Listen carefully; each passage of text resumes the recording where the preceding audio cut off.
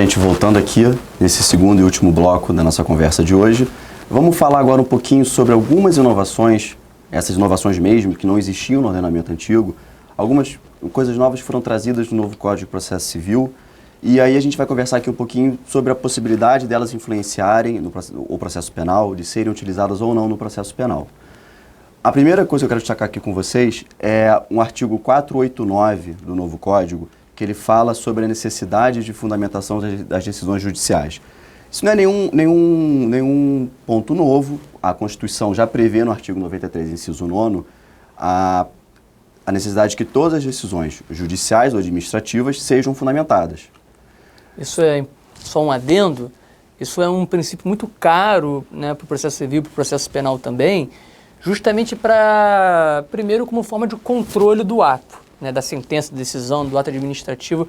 Como é que o jurisdicionado ou o súdito do Estado vai poder contraditar aquele ato se ele desconhece a motivação e os motivos que levaram à edição daquele ato? Então, ainda que não tenha previsto no Código de Processo Civil Penal essa previsão expressa, há na Constituição. E eu vi um professor, numa palestra sobre justamente esse tema, né, da fundamentação da decisão, indagando, então por que tem no Código de Processo Civil e tem no Código de Processo Penal algo redundante que já consta na Constituição como um princípio a ser observado pela administração, que seria justamente a necessidade inafastável da motivação dos atos judiciais e administrativos. Porque isso vem da cultura do brasileiro, da cultura do estudioso brasileiro, do estudante brasileiro, que é dar mais valor ao texto infraconstitucional. Se for portaria, então, resolução, aí é quase um decreto real. Então, isso vem do hábito do brasileiro, dar mais valor à portaria, resolução, à lei, do que propriamente à Constituição. A Constituição, ela fica como se fosse só uma tábua de intenções, como se fosse uma tábua de conselhos. Olha, tem que motivar, hein? Mas como ninguém motiva e não existe uma sanção à ausência de motivação, então isso fica como letra morta. Então a ideia do novo Código e do processo penal também, com esse influxo, é justamente cristalizar esse comando constitucional de forma que o intérprete agora passe a observar e dar cumprimento a um princípio que já existe desde 88. Ou seja, aquelas normas que são meramente programáticas, estão lá na Constituição, agora vão ser normas executáveis, porque estão previstas no corpo legal e, de repente, assim, o aplicador, o intérprete da norma, realmente dê mais ênfase e observância a esses princípios. Então, seguindo até aqui o que o Paulo comentou com a gente agora, é difícil você falar o que é uma decisão fundamentada. O que a decisão precisa ter para ela ser fundamentada? Muitas vezes é mais fácil você ler uma decisão e falar, essa decisão não é fundamentada. Os pontos não foram bem discorridos, as teses ali ventiladas não foram explicadas, uma súmula foi citada simplesmente como se ela tivesse sido jogada lá no papel, sem ser muito discorrido sobre a aplicação dela ou não no caso. Infelizmente, como o Paulo aqui acabou de falar, o artigo 93, ele está na Constituição há muito tempo, mas ele parece que não é muito respeitado, assim, a gente pode dizer entre aspas também, porque a gente, vendo as decisões que os tribunais proferem, realmente os artigos de lei são citados, os precedentes são citados e não é feito o link entre eles e o caso concreto. Ou seja, se aquele precedente, se aquela súmula são aplicáveis ou não àquele caso. Então, o legislador, com esse artigo novo, ele quis realmente, eu acredito, ser redundante e ele trouxe um rol no artigo 489 do que a decisão precisa ter para ser fundamentada. Ele não fala o que é uma decisão fundamentada, mas ele fala que, sem esses requisitos, a decisão não pode ser considerada fundamentada e logo ela é passível de anulação. Vamos aqui, por exemplo, o inciso 1º fala justamente quando a decisão se limita a indicar, a reproduzir ou citar um ato normativo, um artigo de lei, sem explicar a sua causa ou conexão com aquela questão que está sendo decidida lá no julgamento. Exemplo, o Ministério Público acusa e o juiz, no momento de recebimento da denúncia, diz: receba a denúncia, ponto. Requisitos legais observados nos artigos tais. Essa decisão é uma decisão vazia, uma decisão na qual ele não enfrentou as questões atinentes à justa causa desenvolvidas no inquérito, na denúncia. É uma fundamentação camuflada de não fundamentação. O inciso 2º, empregar conceitos jurídicos indeterminados sem explicar o motivo concreto da sua incidência no caso. Deixa eu até dar um exemplo no processo penal. Um juiz decreta uma prisão preventiva. Prisão preventiva, ela tem alguns fundamentos. Garantia da ordem pública, da ordem econômica, conveniência da instrução criminal e aplicação da lei penal.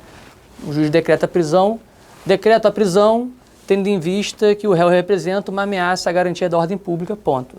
Essa decisão, apesar de formalmente estar fundamentada, materialmente o caso concreto não foi enfrentado. Também careceria de fundamentação uma decisão nesse sentido.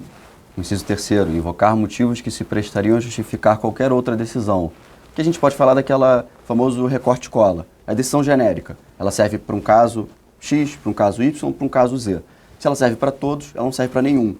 Então, o Código de Processo Civil novo, ele também quer combater esse tipo de decisão genérica que, infelizmente, é cada vez mais recorrente nos nossos tribunais.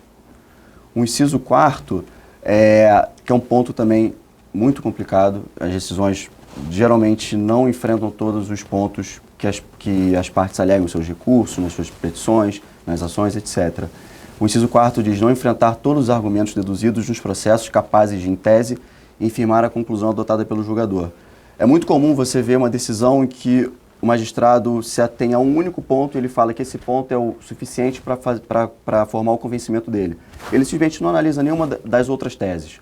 O Código Novo vem para refutar esse tipo de decisão e falar, não, você tem que analisar tudo o que foi posto. Você não pode mais se prender a um único argumento e falar que este argumento é o suficiente para invalidar todas as outras teses que foram arguídas e assim você não as enfrentar.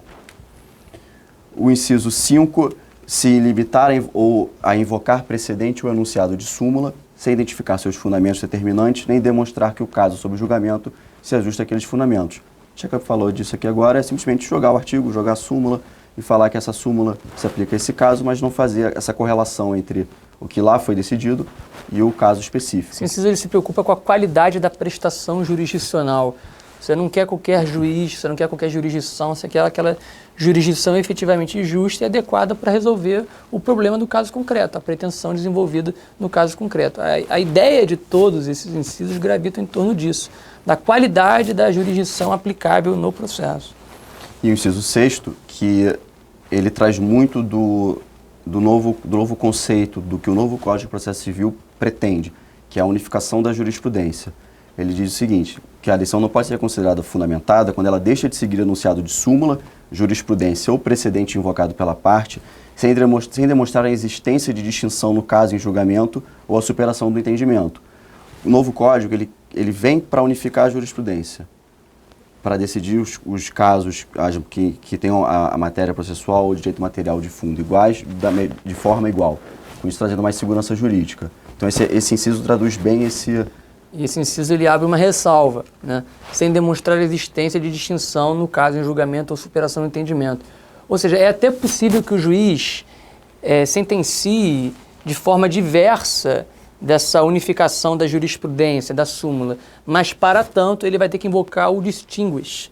Isso quer dizer, olha, todos os casos que ensejaram a edição daquele verbete formular, aqueles casos repetitivos, aqueles casos que têm toda a mesma razão de fato e de direito, que ensejaram a construção daquele verbete formular, não são parecidos com esse caso concreto.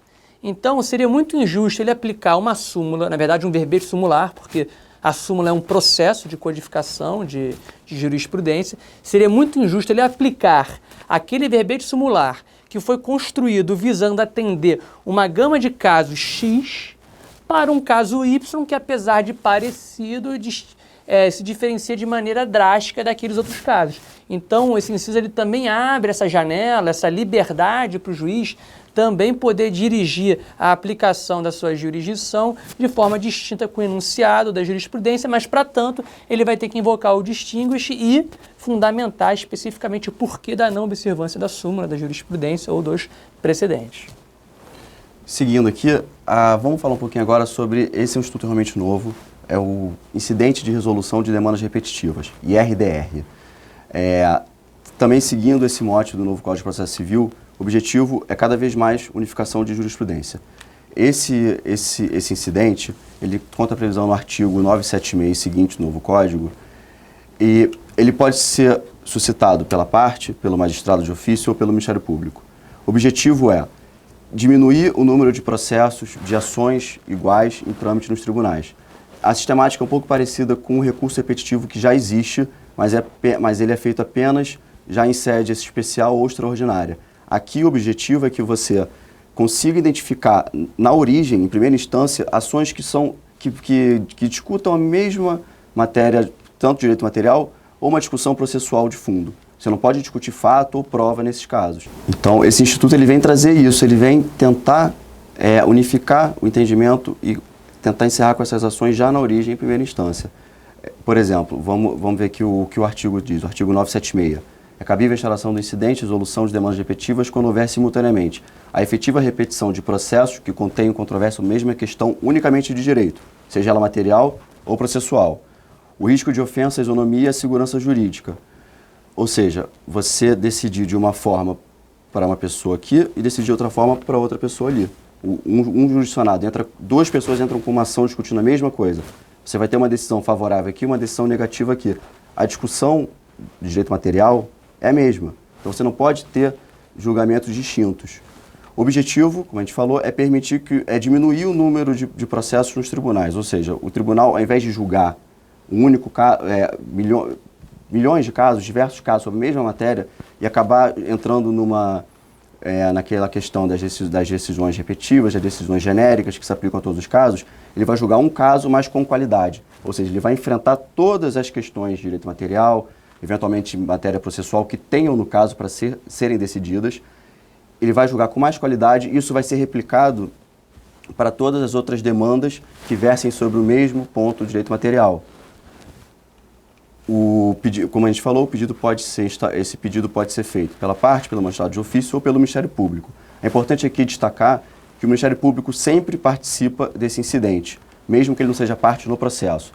Recebido o incidente, o Ministério Público tem que ser intimado para participar do incidente.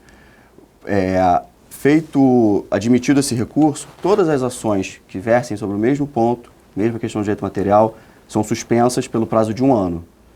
Que é o tempo que o tribunal local tem para decidir o incidente.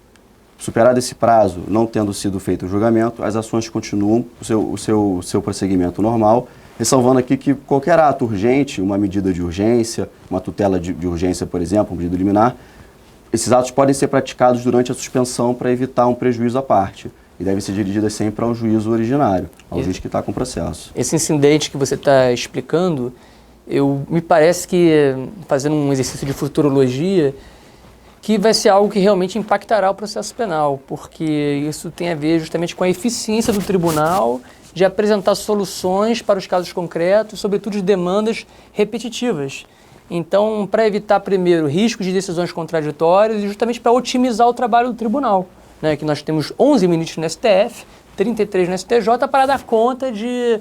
sem números de cada vez mais o acesso à jurisdição, ao judiciário é franqueado, é mais fácil. Então você tem uma pluralidade de casos, pouca capacidade de reação, então é interessante que você tenha instrumentos eficientes para dar conta da demanda que é empurrada cada vez mais, essas ondas, né, ao Poder Judiciário. Então, com certeza, até por uma questão prática, esse incidente de resolução de demandas repetitivas vai operar efeitos no processo penal. Então, sendo acolhido o incidente, a tese que foi decidida pelo tribunal, ela é aplicada na área da sua jurisdição. Ou seja, o Tribunal do Estado do Rio de Janeiro decide uma matéria em sede de recurso de incidente de resolução de demanda repetitiva, essa tese jurídica vai ser aplicada em todo o Estado do Rio de Janeiro, em todas as suas comarcas, todos os juízes de primeiro grau vão ter que aplicar essa tese. Essa decisão final, ela ainda pode ser combatida por recurso especial ou extraordinário, assim levando a discussão para o STJ ou para o STF. Caso isso ocorra, a tese jurídica vencedora, ou seja, que lá fique definida, ela tem aplicação em todo o território nacional. Então ela passa a ser obrigatória de utilização por todos os tribunais estaduais do nosso território nacional. Um ponto aqui interessante, e que veio trazido pelo novo CPC, está logo no início dele no artigo 10º, conhecido como contraditório substancial. Agora, no novo Código, a partir de 18 de março, com a entrada em vigência, Nada mais pode ser decidido pelo juiz, mesmo as matérias que ele pode reconhecer de ofício, sem que as partes tenham sido dada a oportunidade de se manifestar sobre. Um exemplo, a prescrição. O juiz pode reconhecer a prescrição de ofício, mas no novo código ele não pode mais declarar a prescrição de ofício sem que ele dê chance às partes se manifestarem sobre isso. Então, você tem alguma coisa para falar do processo penal com relação a esse ponto? O contraditório substancial, ele me parece imprescindível para qualquer segmento do processo. Civil, penal. Qual é a ideia de contraditório substancial? O contraditório ele sempre foi estudado nessa ótica formal. O que isso quer dizer? Possibilidade de agir. Conhecimento, informação, mas possibilidade de agir. A ideia de contraditório substancial agora não é só a possibilidade de agir, mas é a possibilidade de efetivamente poder influenciar o resultado. É a possibilidade de você poder efetivamente falar com o juiz, expor os seus argumentos. Daí a necessidade imprescindível do contraditório substancial funcionar em todas as etapas do processo. Então, por ocasião do recebimento da denúncia, o juiz deve abrir vistas, como tem a previsão no Código de Processo Penal, a defesa para expor a sua defesa preliminar. Ao longo de todo o processo, se forem colocadas questões novas, por ocasião da emendatio libelli ou da mutatio libelli, que são institutos do processo penal. O que seria emendatio libelli? Seria a possibilidade do juiz, na sentença, corrigir a capitulação jurídico-penal do fato. Então, o Ministério Público, por exemplo, acusa o autor por um delito de receptação. O juiz entende que não se trata de receptação, que se trata de furto. Então, ele alteraria a capitulação jurídica do fato. Não o tema da acusação, não o fato propriamente, mas a roupagem jurídica que você emprestou ao fato. E discute se seria necessário ou não abrir vistas à defesa. Por quê? Porque a defesa se defende do fato. A defesa se defende da imputação e não da capitulação jurídica que é dada àquela imputação. Aquela capitulação jurídica pode variar. O fato é que ela vai negar a autoria, vai negar a existência do crime, negar a existência de provas que substanciem a veracidade da acusação, mas não da capitulação jurídica em si, da abstração jurídica. Então, algumas pessoas entendem que não seria necessário essa abertura de vistas, a defesa se manifestar. Agora, com essa ideia de contraditório substancial, tem que abrir vistas para a defesa se manifestar. Por quê? A ideia aqui de você poder influenciar no resultado dialoga com outra ideia, qual seja o princípio da não surpresa. Evitar que você seja surpreendido. Então, se o indivíduo ele se defendeu de uma receptação ao longo de todo o processo penal, ele não pode ser surpreendido com uma condenação por furto. Porque, de repente, poderia ser que existisse alguma tese defensiva específica para o furto que não fosse aplicável à receptação e por aí diante. Então, essa ideia de contraditório substancial, com raízes no CPC, certamente impactará no processo penal, nos seus diversos institutos, e vale grifar com um tom de vermelho mais intenso a emendatio libelli, que realmente hoje não observa essa dinâmica. Destacando aqui que esse contraditório substancial também ocorre em sede recursal, no novo CPC, é o que está previsto no artigo 933. Ou seja, se durante o julgamento o próprio relator ele verificar um fato superveniente, a decisão que foi recorrida, durante o julgamento ou ele intima as partes, se for prévio ao julgamento, para elas se manifestarem no prazo de 5 dias sobre esse fato superveniente, ou se for durante o julgamento, ele suspende o julgamento. As partes podem se manifestar num prazo pré-determinado ao longo do próprio julgamento para aí sim ser possível a decisão final sem que as partes sejam privadas dessa manifestação. Então, concluindo essa conversa que a gente teve aqui hoje, o novo código vai entrar em vigor no dia 18 de março. Ainda existem muitas discussões e justamente pelo fato de ele não ter entrado em vigor, ainda não sabe muito bem como que essas inovações vão refletir na vida ao longo da aplicação desse novo Código de Processo Civil, ou como ele vai refletir em outros ordenamentos, como, por exemplo, o Código de Processo Penal. Existem alguns pontos, por exemplo, muito interessantes do novo Código de Processo Civil, que fica difícil você discutir agora, ou você afirmar, ou você negar a possibilidade de eles serem usados por analogia no Código de Processo Civil, como, por exemplo, os negócios jurídicos processuais, ou seja, que as partes podem, no novo Código de Processo Civil, negociar situações jurídicas no âmbito do processo. Ou seja, a gente vai admitir, nesse caso específico, a produção de uma prova pericial ou não? A gente vai admitir a produção da prova X, da prova Y? Outro ponto é a chamada calendarização do processo, ou seja, as partes podem negociar, em conjunto com o juiz, prazos específicos para a produção de determinados atos. O perito apresenta o laudo dele, as partes negociam. Vamos ter aqui 5 dias em conjunto para falar sobre o laudo pericial. Ou vamos, após a audiência, a gente vai definir aqui um prazo para a gente se manifestar sobre algum determinado ponto, alguma prova específica. Então, esses pontos ainda são muito nebulosos e dificultam muito a discussão acerca da aplicação ou não no processo penal, por exemplo. Então, fechando a título de conclusão, vale só rememorar o que nós falamos no início do nosso encontro, que tudo vai depender da observância daquele pressuposto lógico necessário, aquele fundo da aula de hoje. Qual seja, se você vai se filiar a um entendimento doutrinário que entende que o processo penal deve ser fruto de uma teoria geral do processo penal, logo, completamente modelado às necessidades do processo penal, ou se você pensa de maneira oposta. Não, existe uma teoria geral do processo que prevê um modelo mínimo de arranjo processual e determinadas diretrizes processuais que estão previstas no novo CPC poderão ser, sim, importadas ao CPP, desde que não haja uma contradição clara e manifesta. Então, toda essa questão dos negócios processuais e todas as outras demais inovações trazidas pelo CPC vão repercutir ou não a depender do filão doutrinário que você encampar. Então a gente fica por aqui com a aula de hoje e depois a gente volta com outros pontos do novo Código de Processo Civil, outras inovações trazidas pelo novo ordenamento. Muito obrigado pela atenção, até a próxima.